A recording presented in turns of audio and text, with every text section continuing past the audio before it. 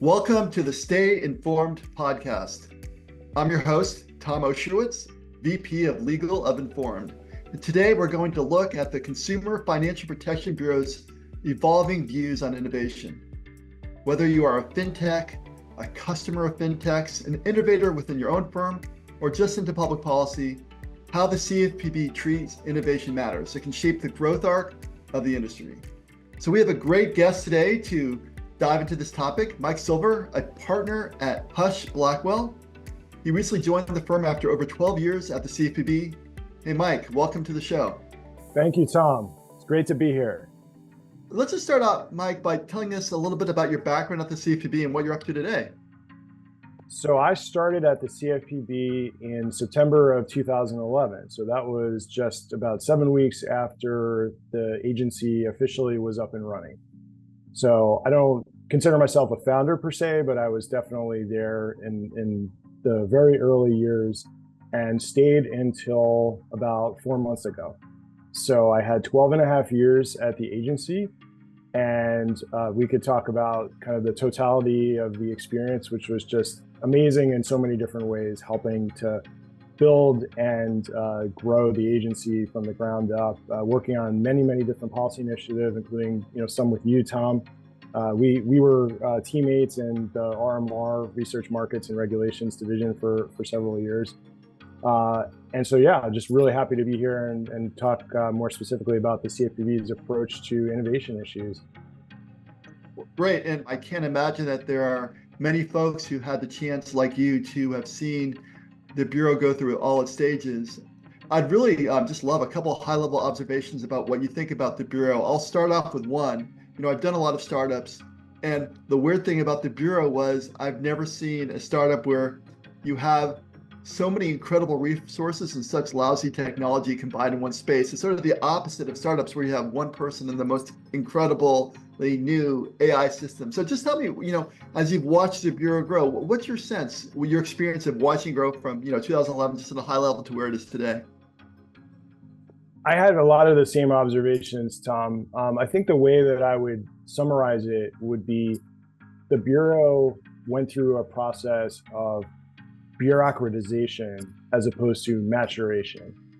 And I don't mean that entirely in a pejorative way. I mean, I could talk more specifically about my thesis, but you're absolutely right.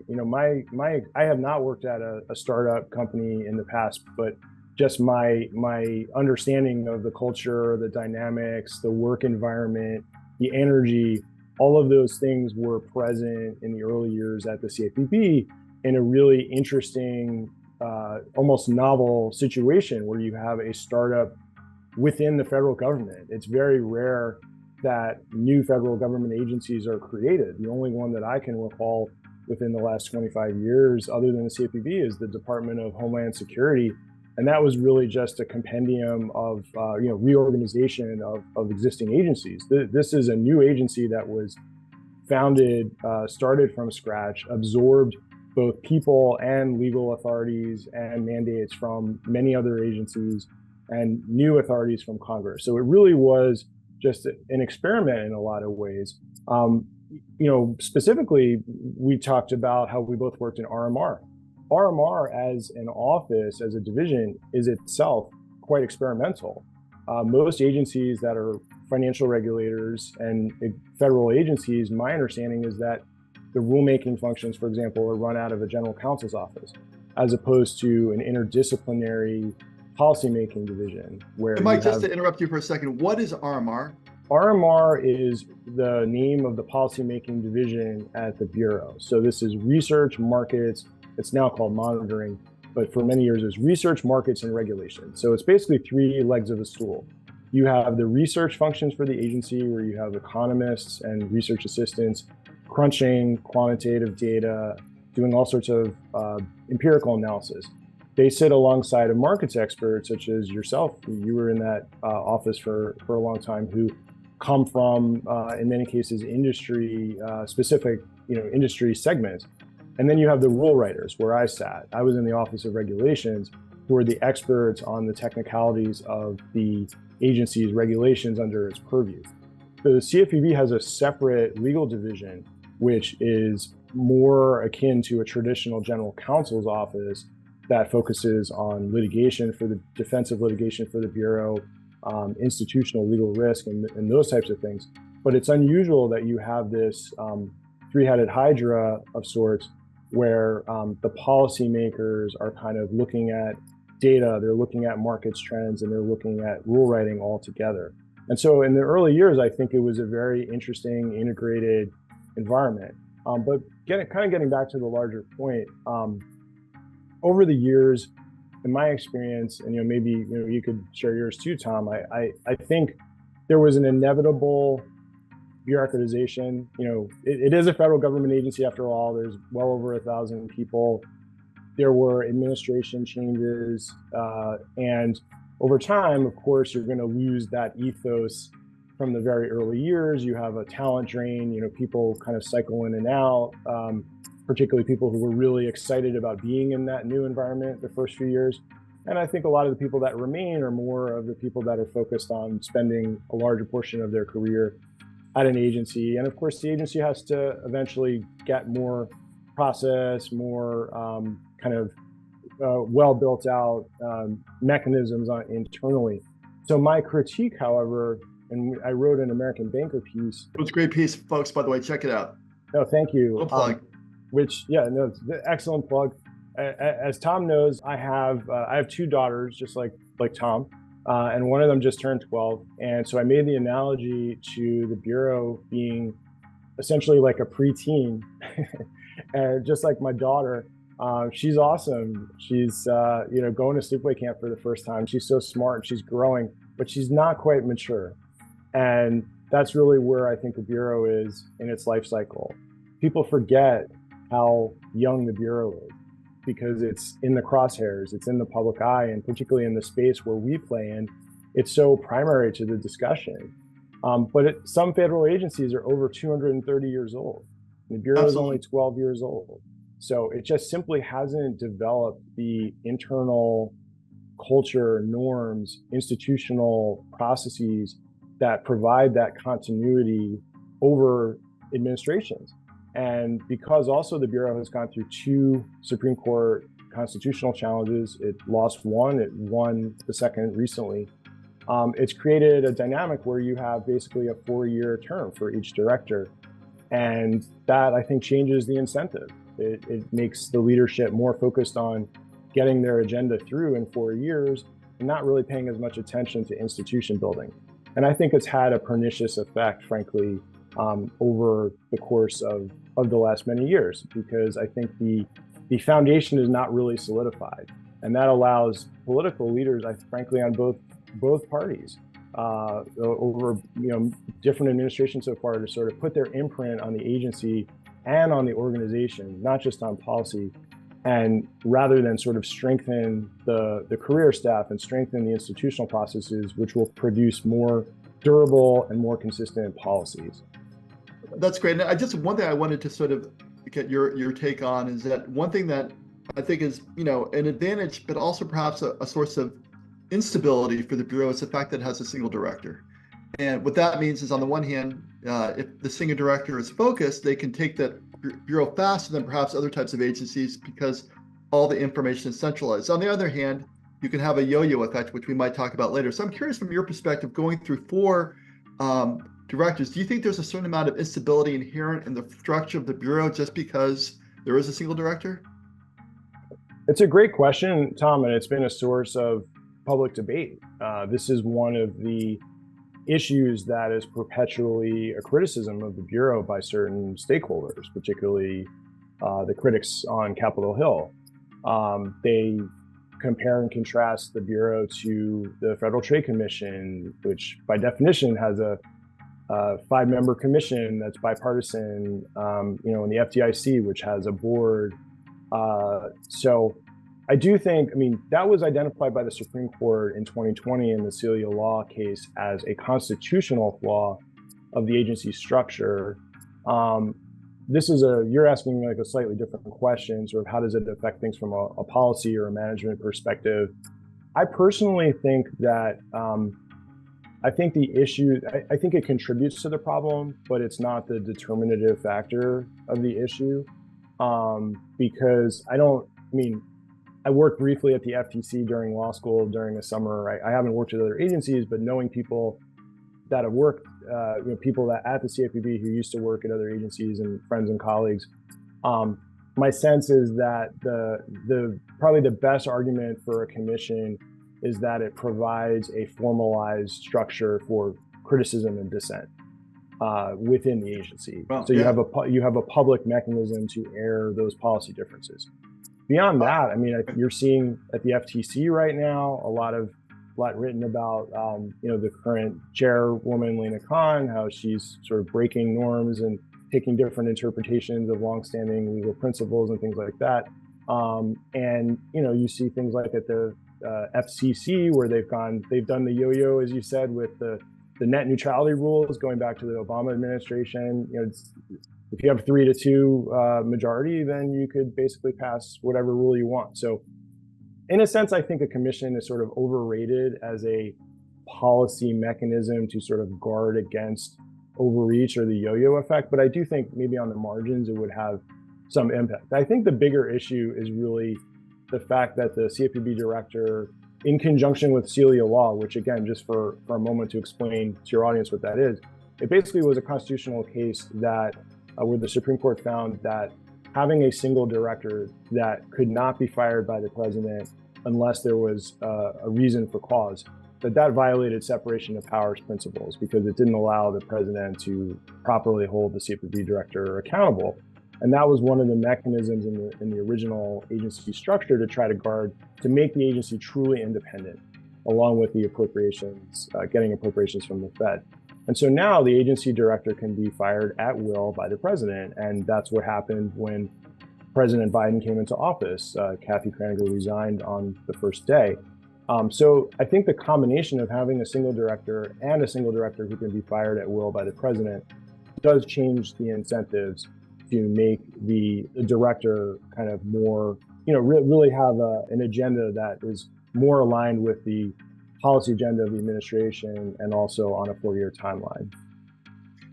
Great. And Mike, I just have one last question before we dive into the meat of our conversation, which is, I've had a couple other people from the CFPB on the show, and one of my favorite questions is, what might surprise people about it? And just to give you an example, I think a lot of people don't realize how small the CFPB is. When you think about the compliance staff of some of the larger financial institutions, they are larger than the entire staff of the CFPB, which runs around, I guess, about 1,600 these days. So I'm curious, from your perspective, is there something about your experience at the CFPB that you think people might be curious or surprised about? So I would say two things. One kind of relates back to your question about what was it like in the early years. Particularly in the early years, it was a really quirky place, like kind of bizarre in some ways. There's just all sorts of anecdotes that I had, and I'm sure you shared, because it was this like clash of cultures, where people were coming from different agencies that had their own cultures, and other people were coming from law firms like I had come, and so it was just you'd show up and there'd be a holiday party, and someone would be in a full-on Elizabeth Warren wig and red coat and doing like a method acting thing, and then we had an office space negotiation with the employees union and management, which got contentious because this is like the most obsolete issue in history, like the fact that there was this big internal fight over office space and people getting private offices or sitting in shared space, when post-COVID so many people were working remotely and still are. I remember a meeting we had where, to kick off this process, somebody sort of gave a speech that sounded like the coach from Friday Night Lights. It got everybody really jazzed up. We're going to work together and we're going to solve this problem. And so yeah, it was a strange place, like a fun and energetic, but like a bizarre place, trying to kind of work through those early issues. But the other thing, maybe that's not surprising, but the other thing that I think maybe isn't surprising too, but I'll just say it, is I think there's a lot of perception out there that the Bureau is always speaking with one voice, or that anything coming out of the Bureau, whether it's written or a speech or a blog or a tweet, that there's some sort of like, there's always an intentionality to everything, and there's always a kind of a three-dimensional chess component to it. And I think that may be true sometimes, but I think a lot of times it's more of a function of, it's a bureaucracy, it's a large organization, it's messy, there's not always good communication internally, and it is sausage making when it comes down to it. I mean, when we would write rules and when we would recommend policy decisions, for leadership, there were compromises made, and the way that you analyze things, you're sort of looking at all different angles. And so I think there's a lot of times people look at the results and they just make assumptions about ideology or things like that, when often the process is really just sort of messy and almost legislative in a sense. So I think people give too much credit to the Bureau sometimes, and thinking that, there's always like a second or third layer behind things, like rather than just sort of like taking it as it is. It's funny, I just thought of something which is like 30 years of my memory, but I think in like Lord of the Rings or something like the Eye of Sauron, where you can see all knowing. But here you have it, folks. The CFPB are just folks too. So that's great, Mike. We're all fallible human beings, and we made mistakes, and but we were trying our best to do right by the American consumers. Well, hey, now that we've sort of had this sort of inside look at the CFPB, I wanted to sort of really dive in now into the focus of our podcast, which is on innovation. And one thing people may not be aware of, but innovation is actually part of the mandate of the CFPB. If you look to Section 1021 of Dodd-Frank, and it describes the purpose of the Bureau, it actually speaks to innovation. It says that the Bureau is authorized to exercise its authorities to ensure that markets for consumer financial products and services operate transparently and efficiently to facilitate access and innovation. So literally the words innovation are in the purposes of the Bureau. So let's talk about the Bureau's approach to technology and innovation. As I said before, this is something that matters to all of us in industry, because we're trying to develop new products that work for consumers. We're dealing with new technologies. Often the regulations that were designed in a certain technological era, whether it's paper or digital, and how do you move forward? So I just wanted to if we could sort of let a framework for how the CFPB is approaching technology over time. So let's talk about the Cordray era first. Maybe you could give a little sense of, that history and how Cordray approached it. Yeah, so this is obviously this is the lodestar topic here. This is a really juicy one.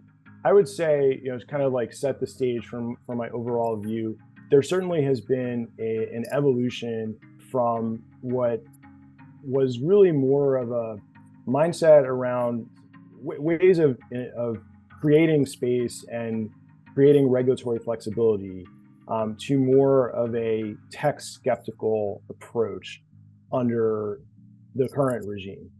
And I think under Cordray, frankly, at least from my vantage point, it wasn't as much on the radar. I think there was just so much going on. The first 2 years of the Bureau, at least in regulations, were entirely occupied by mortgage rulemakings. We had 7 mandatory mortgage rules to write under the Dodd-Frank Act, because that was really the derivation of the financial crisis. All went back to mortgages.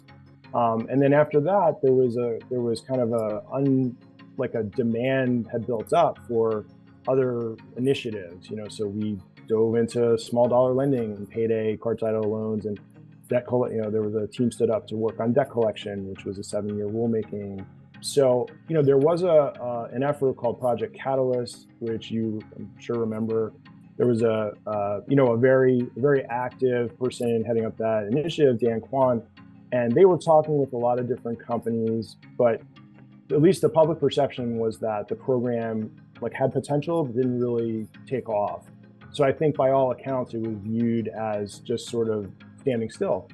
I will say that within the payday rulemaking, that was a 5-year project. And some of the things we were looking at were starting to get into these issues that are now much more prevalent. We were looking at early notions of cash flow underwriting, when we were meeting with different stakeholders who were trying to come up with alternatives to traditional payday lending products.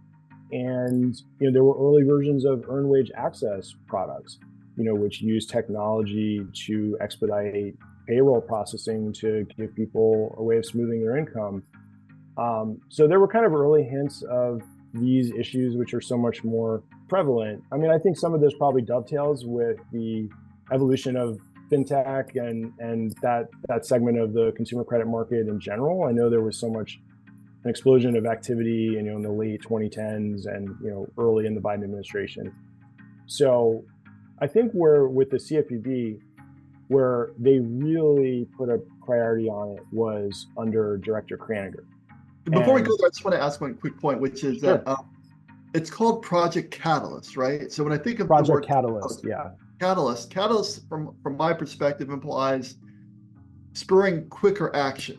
And so I would posit that perhaps, although it wasn't a high priority, the notion of innovation was that we can do things as the CFPB to make things go faster, to help progress move forward. Would you agree with that assessment? Though, even though it wasn't a priority, it was still the notion of innovation. There's a way the CFPB could spur activity. The government could be a positive force towards making innovation happen faster. Yes. I mean, the name itself, it was a nice branding, right? I mean, Catalyst, is catalyzing something, and in that case, it was innovation. I agree with you also in the sense that I think part of the thrust of a lot of initiatives in the early years of the Bureau was to try to do things differently. There was a lot of innovation, or at least talk of innovation, like within the walls of the agency. And I think that was a sense of like, let's try to do processes differently. Let's not write long memos. Let's write PowerPoint decks, because we don't want to be a stodgy regulator. We're a 21st century agency. I mean, I think some of the branding notions of what the agency was were translating into notional ideas of how to do things in an innovative way. But in terms of sparking or catalyzing that innovation in the private sector, I don't think that really became a priority for the agency leadership until Kathy Kraninger took office. Two other quick points on that, or maybe three, but a couple of things I would note. One is that, as I recall, the major development of the entire Project Catalyst was the no action letter with Upstart in 2017. And that Upstart, for those folks who don't know, is a company that uses AI technology to help support, or at least at that time, to support underwriting. And why that's relevant, if you think from the credit reporting space where I hail from, that concept of credit reporting and the laws around it are very rooted in a paper-based system and in technology that has a limited number of variables. So if you, for example, have adverse action notices, they talk about the top 3 or 4 adverse action notices. That makes a heck of a lot of sense when you have a model that has 12 variables. But when you have a model that has 1,000, maybe that isn't as productive. So point number one is they were already thinking about technology, but also they only got one. My recollection is we were able to get one letter. So that's it. We have this thing, we're starting to think about innovation, we're starting to think about AI. There's one action, and then the administration ends and Kraninger comes around. So bring us into Kraninger. What were they trying to do that was different from the previous regime? I think they were trying to catalyze. If we want to keep going with this with this set of puns here, I think you're absolutely right that the concepts were there. It just wasn't executed in a way that had broad impact. I think what Director Kraninger did was just sort of put more resource and prioritization into it. I mean, they stood up an office. They hired an assistant director of the Office of Innovation, Paul Watkins. They brought a number of people on detail from other offices in the agency, over to the Office of Innovation, and they wrote 3 different policies. They wrote a no action letter policy, a trial disclosure waiver policy, and a compliance assistance sandbox policy. And those had to go through notice and comment, and that took about 1.5 years, for them to formulate the policies, respond to the comments, and then issue the policies. And then while that was all happening, I was actually leading one of the teams that was developing the first actual no action letter under those new policies. And what's really interesting is that that first no action letter was issued to HUD. It had to do with housing counseling funding. Like, it was a RESPA Section 8 issue. For the audience, RESPA is a anti-kickback statute. You can't pay for referrals.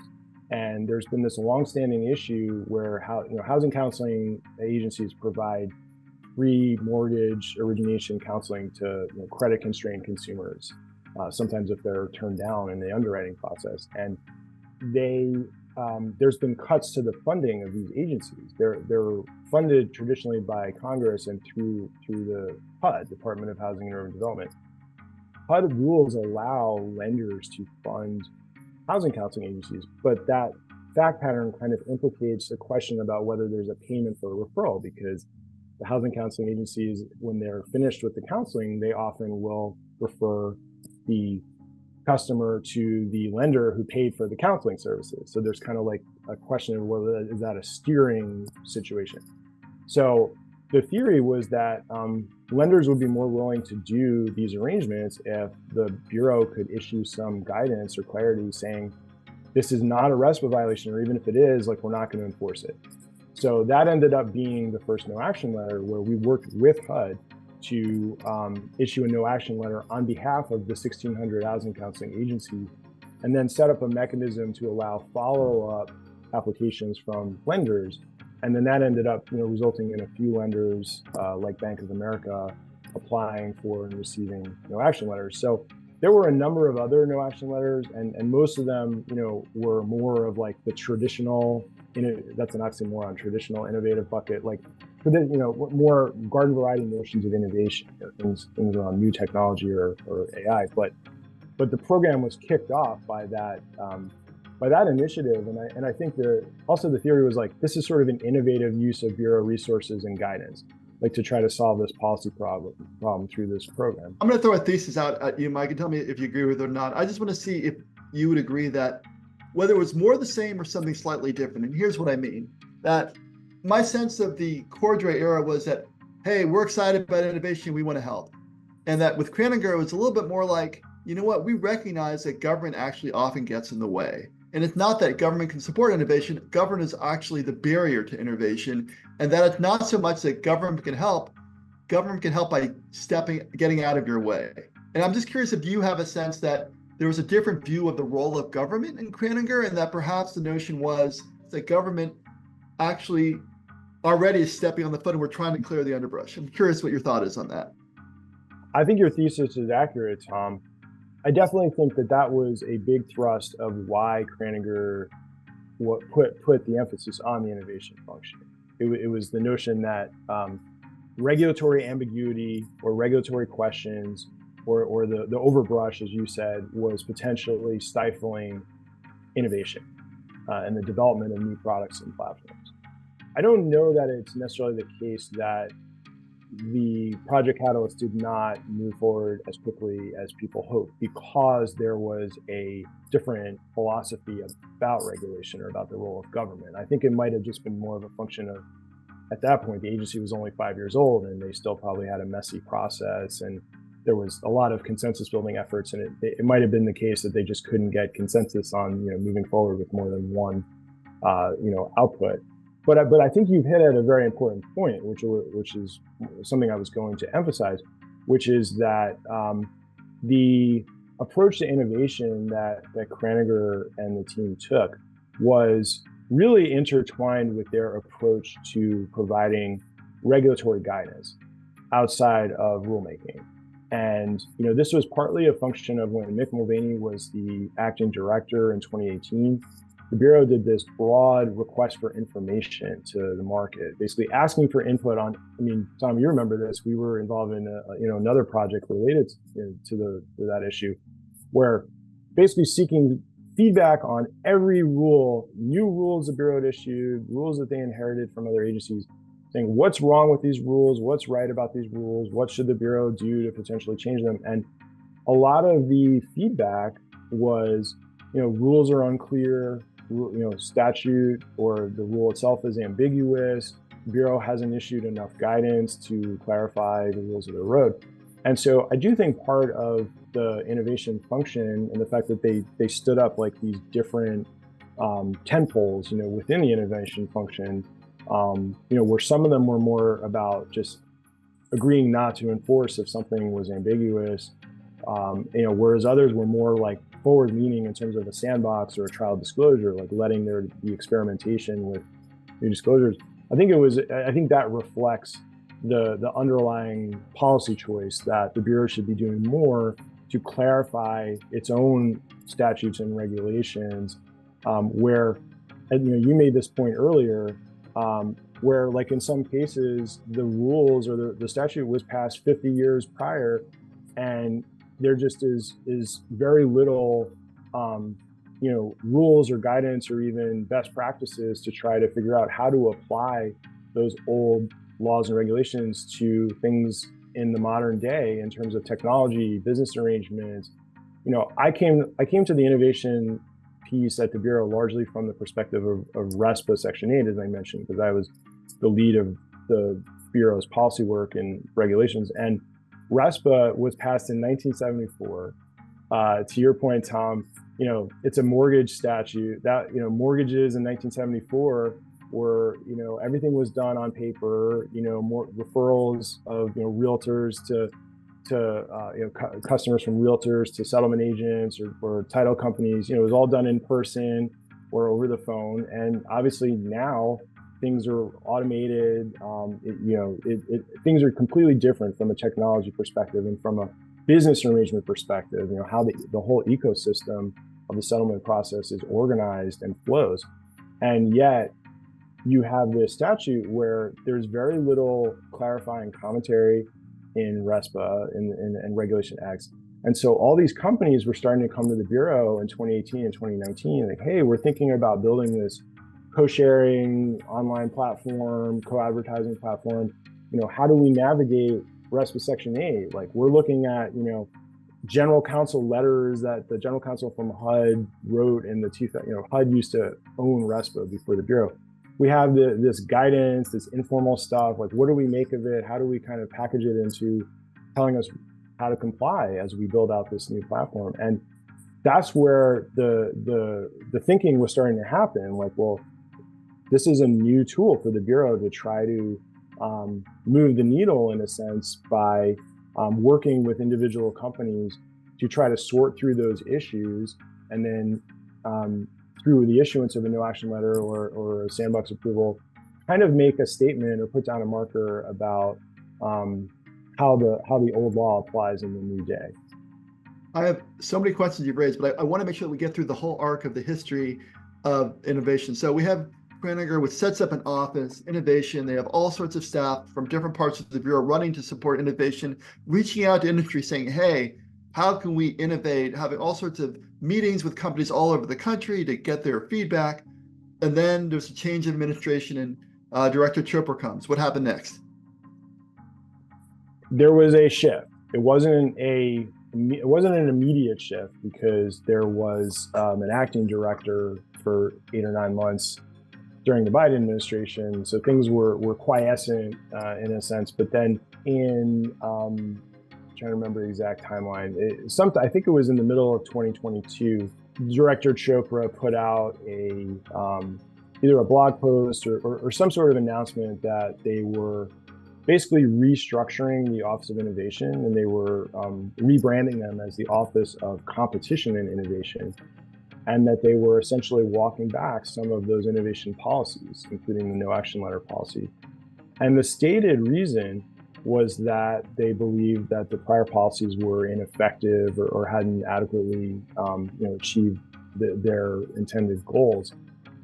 I mean, I think it's pretty clear, particularly looking back, since then, that they just had a completely different view of what the Bureau should be doing in that space, and they just fundamentally don't believe in the idea that the Bureau should be engaging with individual companies on the industry side to provide one-off regulatory relief. They think that that's sort of unfair to the market at large. It sort of favors companies who have connections or resources where they're able to engage with the Bureau in that way. And that the better way to issue guidance is to do broad-based guidance through many different mechanisms. And like I've done other podcasts and webinars like talking specifically about this topic of like guidance under the Chopra era. There's just been this blitzkrieg of things coming out of the Bureau, policy statements, circulars, interpretive rules, advisory opinions, et cetera, et cetera, et cetera.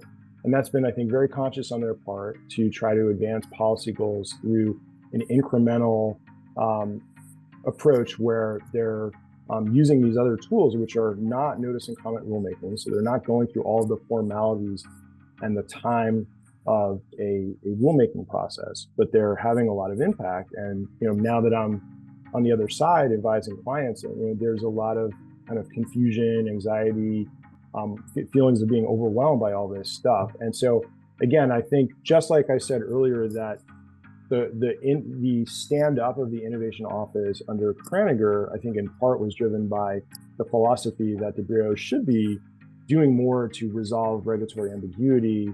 I think this shift was driven by kind of the opposite side of the coin of the same issue, just a philosophical shift about how the Bureau should be engaging with the markets. And I will add, yeah, go ahead.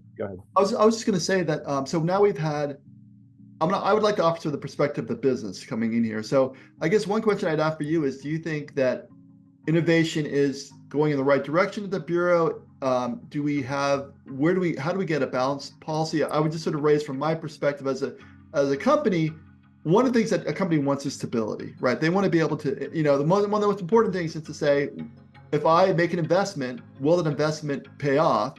And do I know that there'll be basic accountability? The other thing is that I want to make sure that if there's a law that is based in, 1492, that I can actually get some people to listen to me. Just to give you an example, it might be collections, right? So at some point on collections, they had something, answering machines, right? And there's that people would have in houses, and people were concerned about leaving messages, and now nobody even has a home phone anymore. And so you have to sort of adjust. So where are we at with innovation, and is the CFPB doing, where should it be going? Is it going well right now, and where should it go if it isn't?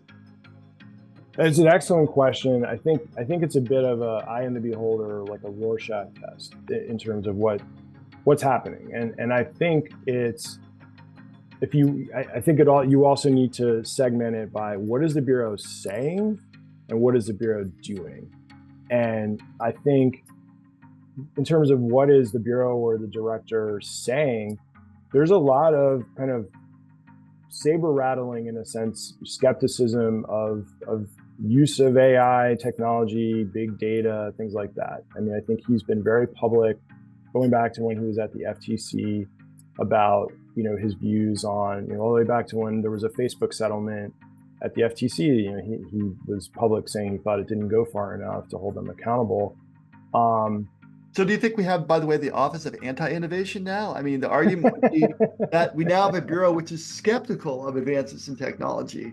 Is that where we're going? Is that what we're saying, that the Bureau now believes innovation is scary, that could hurt people? Let's block slowly. I'm curious. The OAI, the Office of Anti-Innovation. That's good, Tom. I don't think so. I think what you're seeing is a reconception of. It kind of goes back to the point you were positing earlier, your thesis about whether Cordray and Kraninger had a different view of the role of government vis-a-vis innovation. I think that's actually what's going on. The Bureau has been very public and sort of flexing on the idea that they're hiring technologists. They have a chief technologist who they brought over from the FTC, and they're boosting their technological knowledge and capabilities.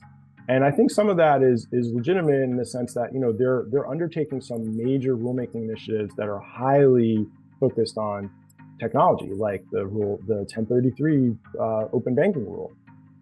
There's a need for that expertise to be integrated into the policy process. That's such a great point, Mike. I just want to point out, I think you're right on there, that there is a difference between setting up the rules of the road so that a technology can flourish, and that is clearly a rule that the Bureau, so maybe you could just talk a little bit more about that? I mean, that's absolutely right.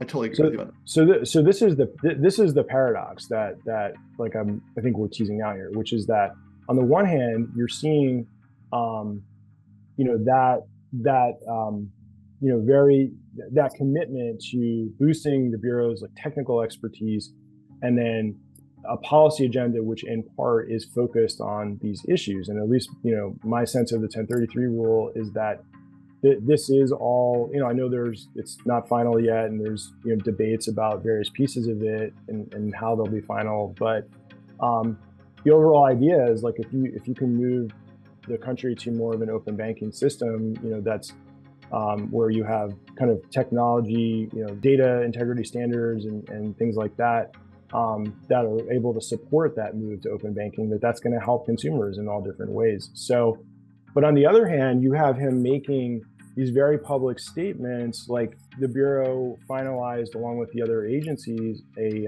rule about automated valuation models for mortgage appraisals.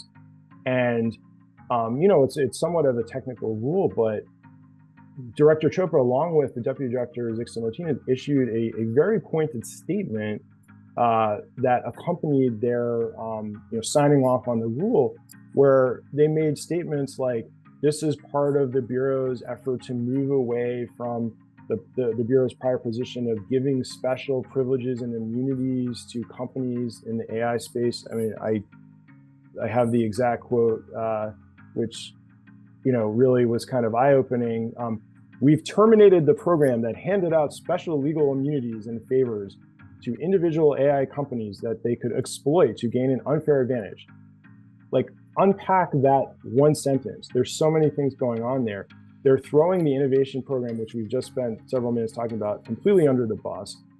In my view, they're very much distorting both the purpose and the execution and operation of that program. As someone who, again, was involved in working with the Office of Innovation on some of the no action letter initiatives, like it was not some sort of effort. As I said, when you asked me what is the surprise about the Bureau, it wasn't some like super intentional 3D way of trying to do what they're suggesting. It was really an effort, I think, to achieve those goals of trying to reduce regulatory burdens. And so I think statements like this are not helpful because they're not actionable, for one. So what is a company, particularly an innovator, what are they supposed to do with that statement, other than potentially be alarmed or kind of wonder what's next? And then the other point to kind of layer onto this is, your notion of the Office of Anti-Innovation. My sense is that the Innovation Office, now that they've been rebranded as the Office of Competition and Innovation, they're doing things like taking deep dives into areas like, there was a report about gaming and virtual worlds, and there was a report, I think, several months before that about, I don't remember the exact technical term, but the technology where if you have a debit card, the magnetic part, in terms of like how it links to the payment system. There was a report that they issued about that. And so it seems like what they're doing is they're using those resources and that expertise that they've built up over now 5 years, and they've completely repurposed them to be kind of doing these deep dives on issues where there are interesting and important issues related to technology and the use of technology, but they're using it for the purpose of putting industry participants on notice that they need to get in line and they need to comply with existing consumer protection laws. Like, they're not using those resources to actually work and engage with those companies to try to find ways for them to innovate that are maybe working around those laws where there are ambiguities. So just sort of to wrap up, so I want to throw a thesis out. So for the advice of a ordinary company who's thinking about the Bureau, I'm going to throw out a straw person. Tell me if you think this makes sense or not, that the Bureau still is a very powerful focus for innovation, where you can articulate industry-wide concerns, say it's a 1033 rule or other things, to say, hey, this is how you should build this ship. But in terms of an individual company, I have a cool product and I want to go ahead and sidestep some sort of regulation. That is not really the intent of this regime. Is that a fair summary, or would you take it a little differently? No, that's a great summary, Tom. I think the days of that type of one-off engagement, at least unless there's a change in administration, that there could be a revival of the innovation office, these policies. But yes, I think on broader policy initiatives, like I'll give the example of the fair credit reporting rulemaking, which is a major rulemaking right now. They're looking at both medical debt and expanding definitions of the Fair Credit Reporting Act related to data brokers and data aggregators, and potentially use of credit header data and things like that. What is the meaning of assembling and evaluating? And so, as part of that rulemaking, there is going to be a lot of consideration of kind of the different players in that ecosystem and how that ecosystem has evolved because of technology innovations. So I'm hoping that they will bring to bear on that rulemaking, some of that expertise and that muscle memory that they've developed, writ large. But again, to your point, you're right. I think if a company has an idea, or they just kind of want to get a read on where the bureau staff is at, that option is, I think, closed for the time being. I think there are other ways of engaging which I think are still useful and helpful, and I've recommended to people, that the agency staff, particularly in the markets offices, always have an open door, and there are informal discussions with companies all the time, whether they're established or new, and there's a function where in regulations, industry can submit questions and get a call back for oral guidance. So those functions are still happening. It's just you don't have the innovation policies really being promoted anymore, where companies can actually go through a formalized process to get regulatory relief at the end of it. Mike, thank you so much for sharing all your insight and wisdom with us today, for both to inform and to our audience. That's all the time we have for now. I just want to thank you. And again, I'm Tom Oscherwitz of Informed IQ, and remember to stay informed.